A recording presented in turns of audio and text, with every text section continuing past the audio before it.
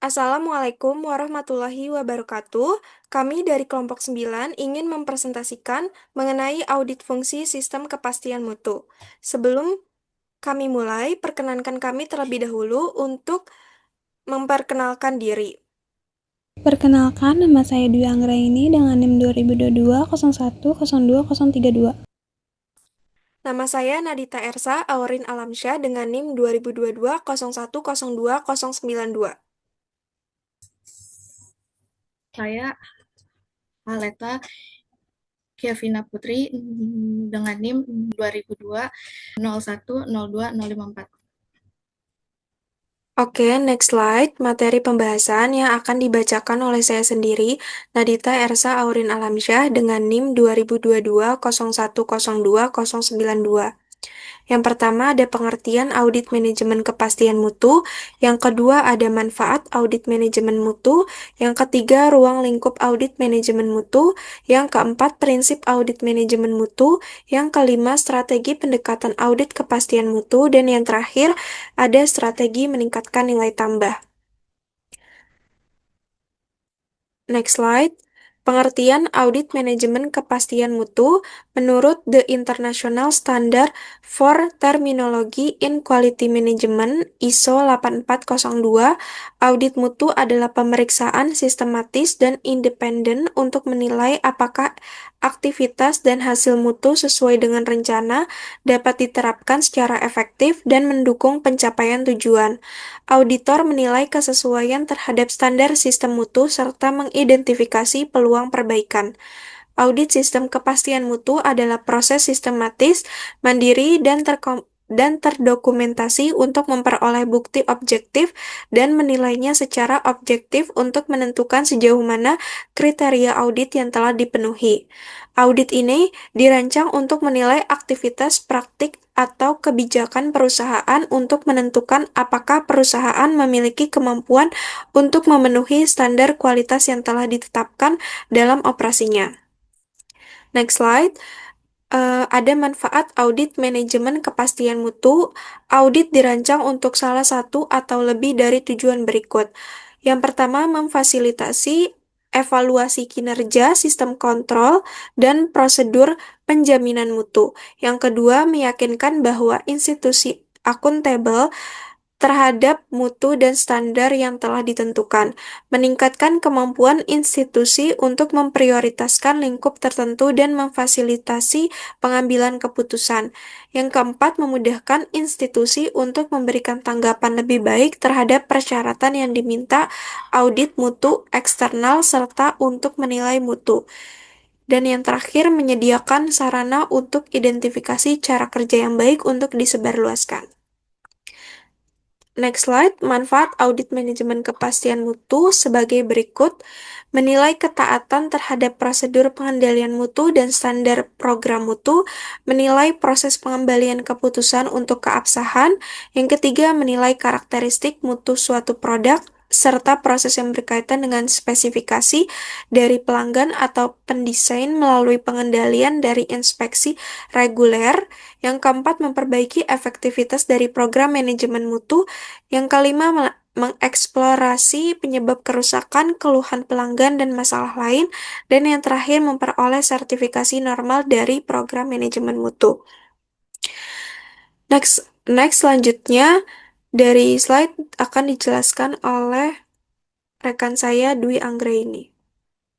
Manfaat audit manajemen kepastian mutu.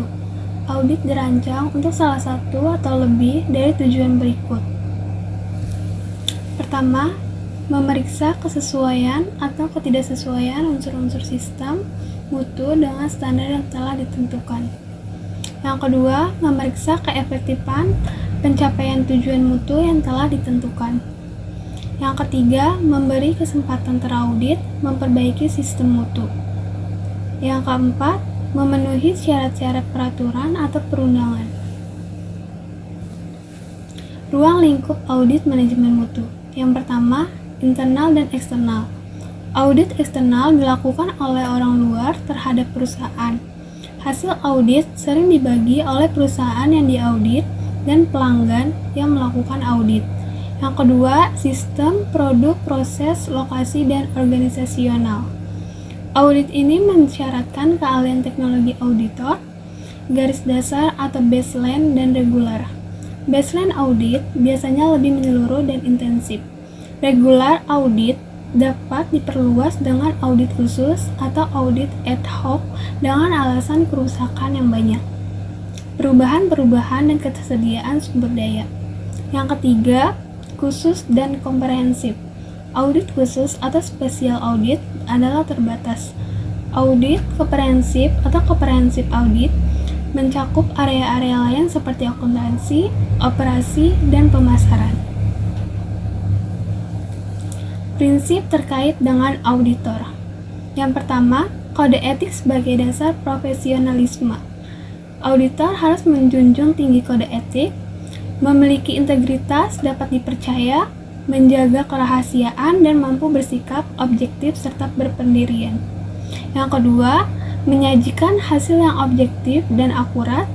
Hasil audit harus dilaporkan secara jujur, akurat, dan lengkap, termasuk mencatat hambatan serta perbedaan pendapat yang belum terselesaikan.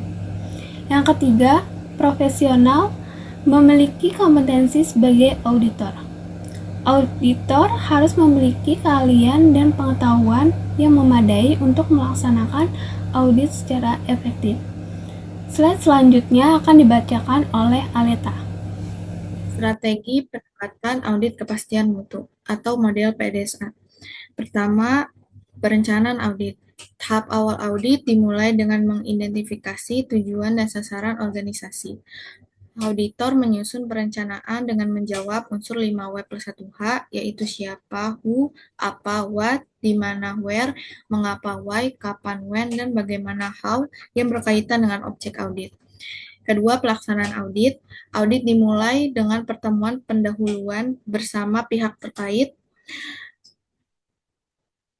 untuk membahas ruang lingkup, tujuan, jadwal, dan rancangan kertas kerja audit atau KKA. Selanjutnya, auditor meninjau proses, produk, atau sistem yang diaudit. Temuan audit dicatat dalam KKA dan dipaparkan dalam pertemuan akhir. Setelah itu, auditor menyusun laporan tertulis berisi temuan, kesimpulan, dan rekomendasi. Ketiga, mempelajari hasil audit. Hasil audit menunjukkan kekuatan dan kelemahan organisasi serta area yang perlu ditingkatkan. Berdasarkan rekomendasi auditor, pihak terkait menyusun rencana tindakan perbaikan yang kemudian dirumuskan dalam dokumen rencana tindakan korektif. Keempat, tindakan perbaikan. Tahap akhir adalah mengimplementasi tindakan perbaikan oleh organisasi dengan pendampingan auditor guna memastikan perbaikan dilakukan secara efektif dan sesuai tujuan audit. Strategi meningkatkan nilai tambah audit. Pertama, perencanaan audit.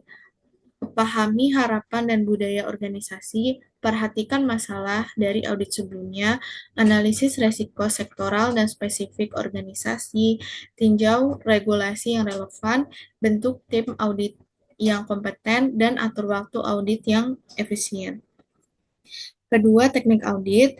Pertama, fokus pada proses utama dan dokumentasi, pahami prinsip manajemen mutu, gunakan pendekatan PDCA atau Plan, Do, Check, Act. Ketiga, laporan dan tindak audit. Pertama, sampaikan temuan secara objektif dan tepat, pertimbangkan aspek budaya organisasi, soroti temuan positif dan solusi audit, dan pastikan laporan fokus pada audiens yang tepat. Sekian dari kami, kelompok 9. Kurang lebihnya mohon maaf. Wassalamualaikum warahmatullahi wabarakatuh.